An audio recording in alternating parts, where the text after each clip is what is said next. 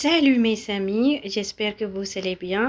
அனைவருக்கும் வணக்கம். இன்றைய பிரெஞ்சு அகாடமி தமிழ் வீடியோவில் பிரெஞ்சுக்காரர்கள் தினசரி உரையாடல்களில் பயன்படுத்தக்கூடிய 10 முக்கியமான வாக்கிய அமைப்புகளை உதாரணங்களுடன் கற்றுக்கொள்ளப் போகிறீர்கள். இந்த வாக்கியங்களை கற்றுக்கொண்டு உங்களுடைய உரையாடல்களிலும் கதைக்கும் பொழுது பிரெஞ்சு மொழியில் இன்னும் நீங்கள் தெளிவாக பேச முடியும். வீடியோவிற்கு செல்வதற்கு முன்னர் பிரெஞ்சு அகாடமி தமிழ் சேனலுக்கு புதிதான நண்பர்களாக இருந்தால் மறக்காமல் சப்ஸ்கிரைப் செய்து அருகில் வரும் பெல் பட்டனை கிளிக் செய்யுங்கள். அனிவா. முதலாவது வசன அமைப்பு சா m'arrive de. சா m'arrive de. எங்களுக்கு ஏதாவது ஒரு செயலை சில நேரங்களில் செய்யும் வழக்கம் இருக்கும். இதனை கூறுவதற்கு சா m'arrive de என்ற வாக்கிய அமைப்பை பயன்படுத்துவோம். இதற்கு பிறகு நாம் வினைச்சொல்லை நேரடியாகவே இன்ஃபினிட்டிவாகவே பயன்படுத்த முடியும். உதாரணங்கள் மூலம் பார்க்கலாம்.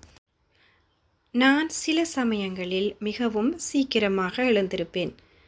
இதை கூறுவதற்கு ça m'arrive de me lever très tôt. Ça m'arrive de me lever très tôt. Ça m'arrive de me lever très tôt. நான் சில சமயங்களில் வார இறுதியில் உணவகத்தில் சாப்பிடும் வழக்கம் உள்ளது. Ça m'arrive de manger au restaurant le week-end. Ça m'arrive de manger au restaurant le week-end. இரண்டாவது வாக்கிய அமைப்பு j'ai l'habitude de. இதனுடைய அர்த்தம் எனக்கு பழக்கமாக இருக்கிறது அல்லது நான் வழக்கமாக ஒரு செயலை செய்வேன் என்று குறிப்பிடும் போது பயன்படுத்துவோம். வழக்கமாக நாம் அல்லது தொடர்ந்து ஒரு செயலை பழக்கத்திற்கு கொண்டு வந்திருக்கும் பொழுது இந்த வசன அமைப்பை பயன்படுத்தி கதைக்கலாம். உதாரணமாக, நான் தூங்குவதற்கு முன்பு புத்தகம் வாசிக்கும் பழக்கம் உள்ளது. J'ai l'habitude de lire avant de dormir. J'ai l'habitude de lire வாசிக்கும் பழக்கம் உள்ளது. avant de dormir தூங்குவதற்கு முன்பு. நான் மாலையில் வழக்கமாக உடற்பயிற்சி செய்வேன் அல்லது நான் வழக்கமாக மாலையில் உடற்பயிற்சி செய்யும் பழக்கம் உள்ளது என்ற அர்த்தத்திலும் கூறலாம். j'ai l'habitude de faire du sport le soir. J'ai l'habitude de faire du sport le soir. மூன்றாவது வாக்கிய அமைப்பு je suis en train de. Je suis en train de. தற்போது ஒரு செயல் நடந்து கொண்டிருக்கிறது என்பதை குறிப்பிடுவதற்கு இந்த வாக்கிய அமைப்பை குறிப்பிடலாம். உதாரணமாக, நான் சாப்பிட்டு கொண்டிருக்கிறேன். Je suis en train de manger. Je suis en train de manger. நான் வேலை செய்து கொண்டிருக்கிறேன். Je suis en train de travailler. Je suis en train de travailler. நான் படம் பார்த்து கொண்டிருக்கிறேன். Je suis en train de regarder un film. Je suis en train de regarder un film. அடுத்த வசன அமைப்பு j'ai envie de. எனக்கு ஒரு விஷயத்தை செய்ய விருப்பம் அல்லது ஆசை, இதை கூறுவதற்கு பயன்படுத்தலாம். உதாரணமாக, எனக்கு சாப்பிட ஆசையாக இருக்கிறது. j'ai envie de manger. j'ai envie de manger. எனக்கு தூங்க ஆசையாக இருக்கிறது. j'ai envie de dormir.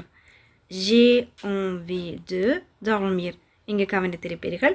j'ai envie de என்ற வசன அமைப்பிற்கு பிறகு வினைச்சொல்லை அவ்வாறே நாம் பயன்படுத்த முடியும். எனக்கு பயணம் செய்ய ஆசையாக இருக்கிறது. இதை எவ்வாறு கூறலாம் என்பதை கமெண்ட் செக்ஷனில் தெரிவியுங்கள். அடுத்து j'ai besoin de. எனக்கு தேவை அல்லது எனக்கு வேண்டும் என்ற அர்த்தங்களில் வரும். உதாரணமாக, எனக்கு தண்ணீர் தேவை. J'ai besoin d'eau. J'ai besoin d'eau. எனக்கு நேரம் தேவை. J'ai besoin de temps. J'ai besoin de temps. J'ai besoin de temps. அடுத்ததாக Je viens de. நான் ஒரு செயலை சற்று முன்புதான் செய்து முடித்தேன் என்று கூறுவதற்கு இந்த வாக்கிய அமைப்பை பயன்படுத்த முடியும். உதாரணமாக, நான் இப்போதுதான் வீட்டிற்கு வந்தேன். Je viens de rentrer. நான் இப்போதுதான் சாப்பிட்டேன். Je viens de manger. நான் இப்போதுதான் என் வேலையை முடித்தேன். Je viens de finir mon travail. Je viens de finir mon travail. அடுத்ததாக, ça me plaît de. Ça me plaît de. ஒரு செயல் எனக்கு பிடிக்கும் அல்லது மகிழ்ச்சி அளிக்கும் என்று கூறுவதற்கு இந்த வாக்கிய அமைப்பை பயன்படுத்தலாம். உதாரணமாக, பயணம் செய்வது எனக்கு பிடிக்கும். Ça me plaît de voyager. Ça me plaît de voyager. French பேசுவது எனக்கு பிடிக்கும். Ça me plaît de parler français. Ça me plaît de parler français. Ça me plaît de parler français. அடுத்து, il me faut. எனக்கு ஏதாவது ஒன்று அவசியமாக தேவை என்று கூறுவதற்கு இந்த வாக்கிய அமைப்பை பயன்படுத்தலாம். எனக்கு வேண்டும், எனக்கு தேவை என்ற அர்த்தங்களில் வரும். உதாரணமாக, எனக்கு தண்ணீர் தேவை. Il me faut de l'eau. Il me faut de l'eau. நான் வேலை செய்ய வேண்டும். Il me faut travailler. Il me faut travailler. நான் இப்போது புறப்பட வேண்டும். Il me faut partir maintenant. Il me faut partir maintenant. அடுத்த ஒரு பயனுள்ள வாக்கிய அமைப்பு je vais plus infinitive. நான் ஒரு செயலை செய்ய போகிறேன் என்று குறிப்பிடுவதற்கு இந்த வாக்கிய அமைப்பை பயன்படுத்தலாம். தினசரி உரையாடல்களிலும் இந்த வாக்கிய அமைப்பை அதிகளவில் பயன்படுத்த வேண்டி வரலாம். நான் சாப்பிட போகிறேன். Je vais manger. நான் ஒரு கார் வாங்க போகிறேன். Je vais acheter une voiture. நான் பிரெஞ்சு மொழியை கற்றுக்கொள்ள போகிறேன். Je vais apprendre le français. இறுதியாக, je voudrais. எனக்கு வேண்டும் அல்லது நான் விரும்புகிறேன் என்ற அர்த்தங்களில் வரும். இந்த ஒரு வாக்கிய அமைப்பை வைத்தே பல இடங்களிலும் உங்களுக்கு வேண்டியதை கதைத்து கொள்ள முடியும்.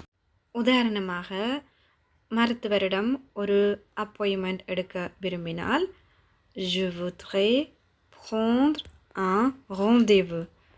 Je voudrais prendre un rendez-vous.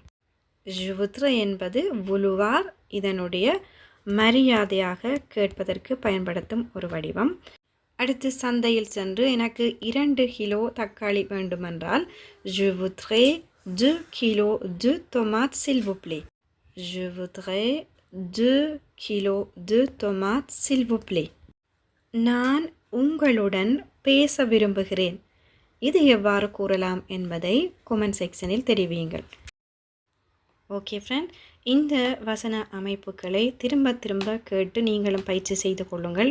உங்களுடைய ஃப்ரெஞ்சு பேசும் திறன் கண்டிப்பாக அதிகரிக்கும். இந்த வீடியோ உங்களுக்கு பயனுள்ளதாக அமைந்திருந்தால் ஒரு லைக் செய்யுங்கள். உங்களுடைய நண்பர்களோடும் பகிர்ந்து கொள்ளுங்கள். மறக்காமல் ஃப்ரெஞ்ச் அகாடமி தமிழ் சேனலுக்கு சப்ஸ்கிரைப் செய்து அருகில் வரும் பெல் பட்டனை கிளிக் செய்யுங்கள்.